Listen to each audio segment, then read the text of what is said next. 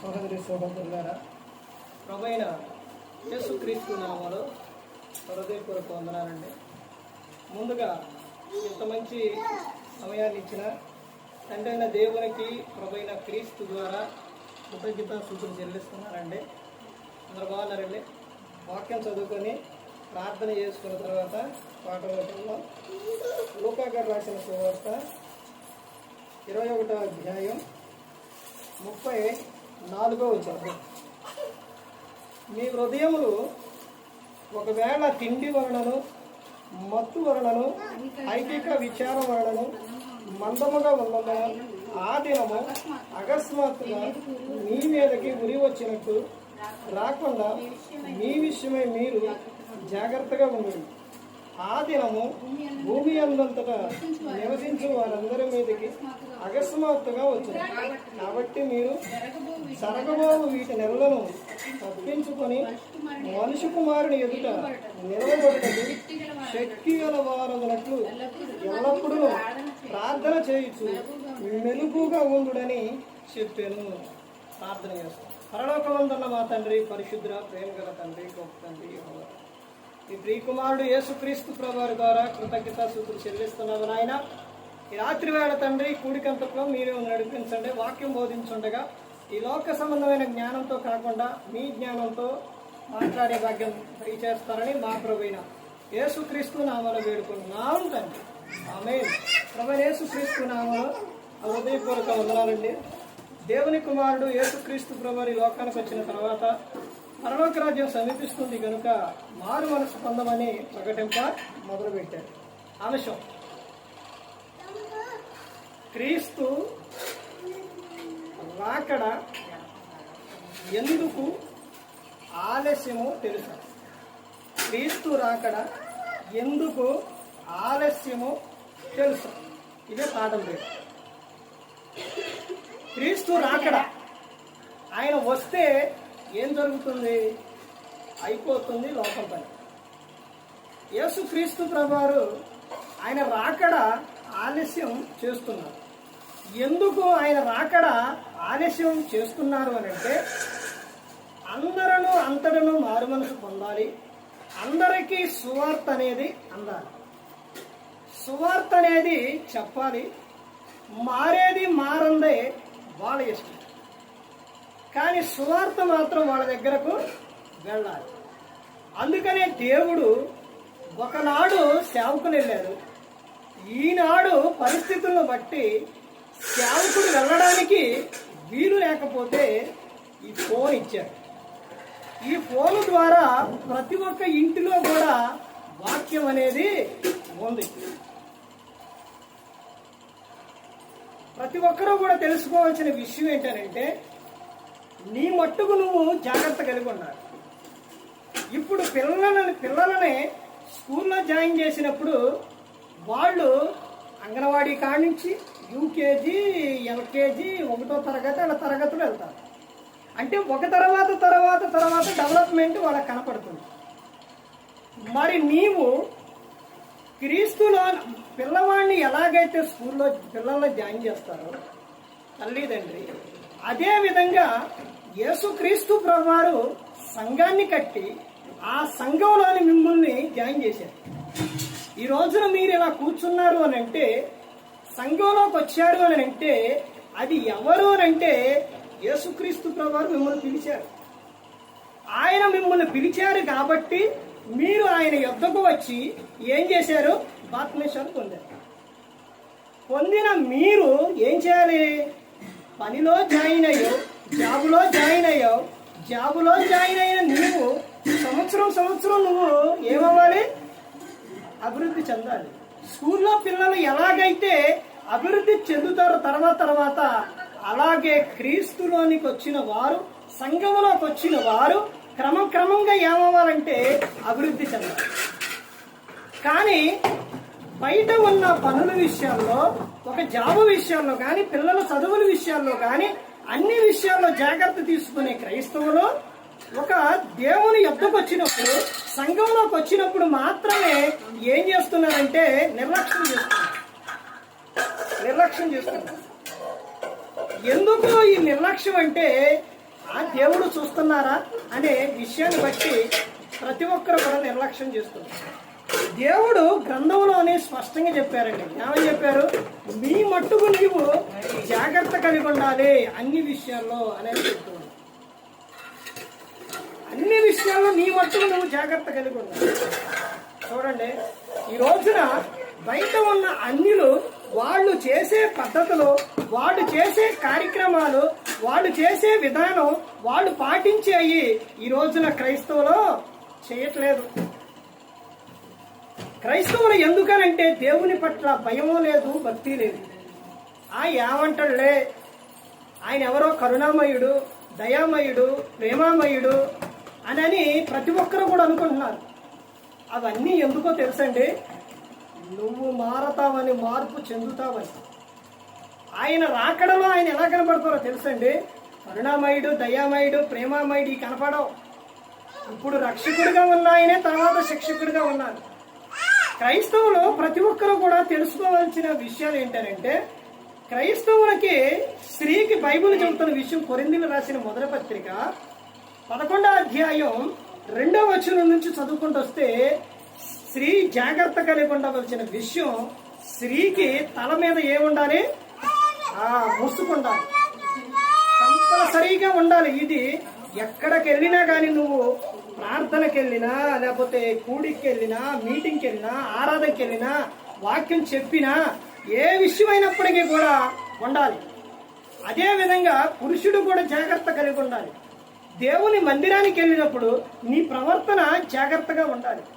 ఒక అధికారి వచ్చిందంటే అక్కడికి నువ్వు ఎలా వెళ్తావు? దేవుని యొద్దకు వచ్చినప్పుడు నువ్వు ఎలా ఉంటావు?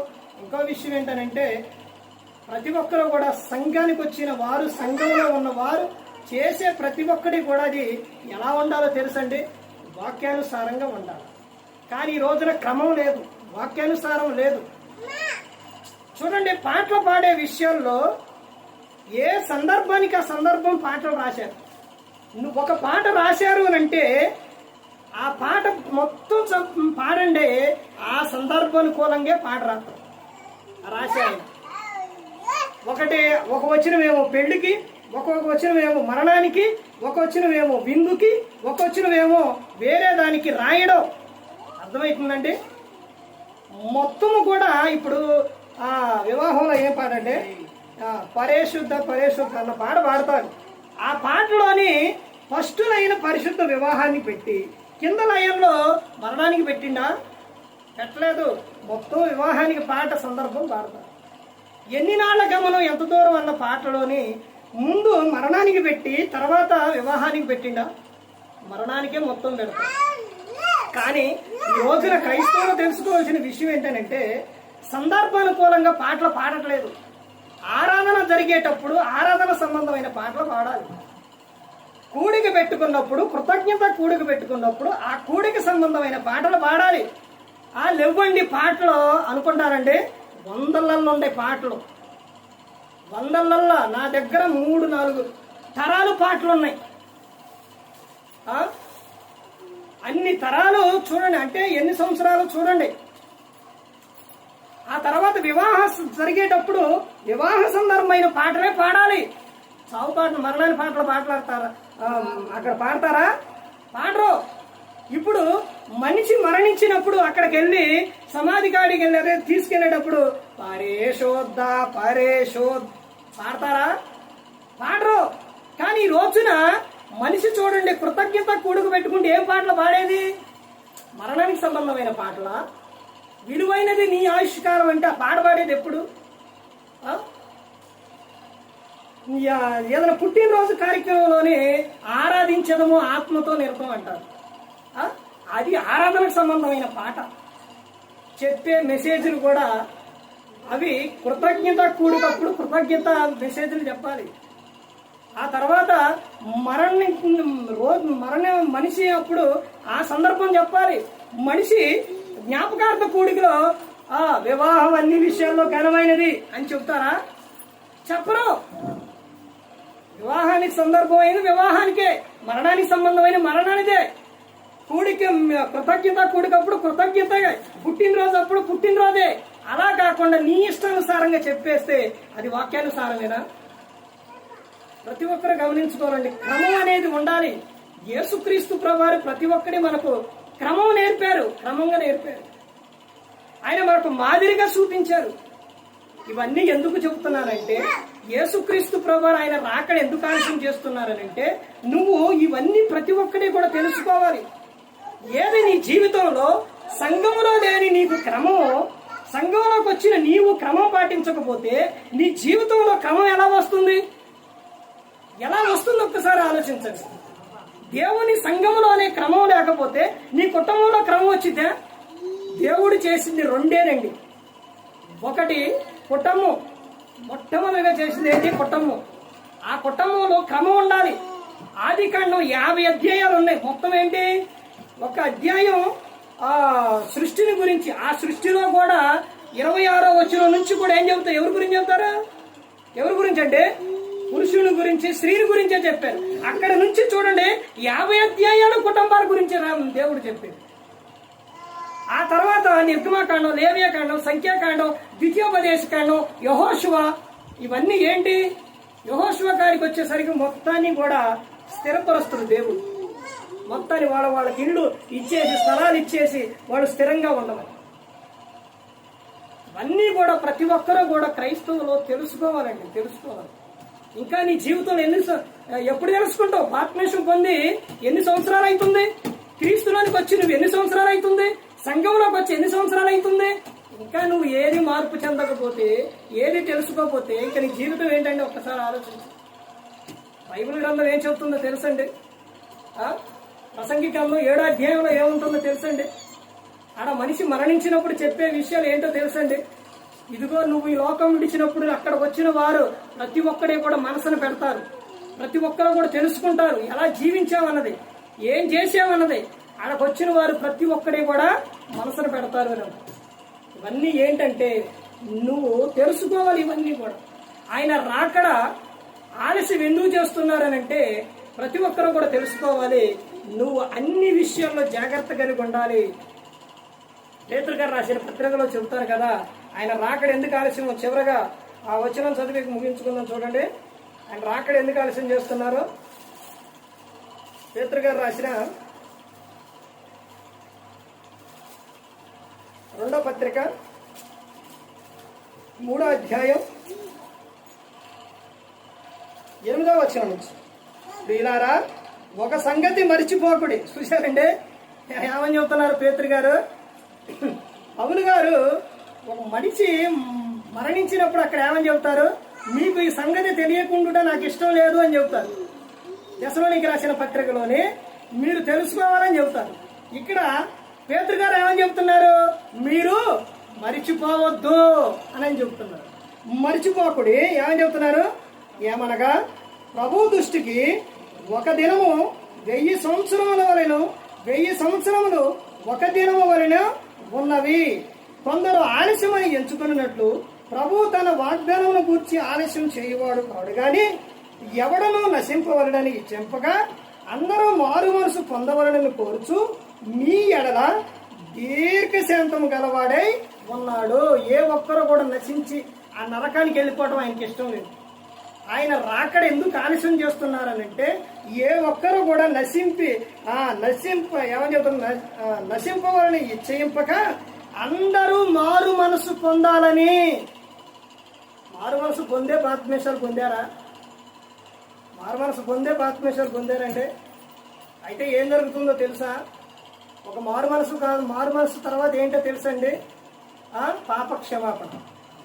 పాపక్షమాపణ తర్వాత యేసుక్రీస్తు నామమున బాప్తిస్మం. ఇలా ఈ జరిగిన మారు మనసు, పాపక్షమాపణ, యేసుక్రీస్తు నామమున నువ్వు బాప్తిస్మం పొందినప్పుడు నువ్వు పొందేదేంటి? ఏం పొందుతారు? పరిశుద్ధాత్మను వరం పొందుతారు.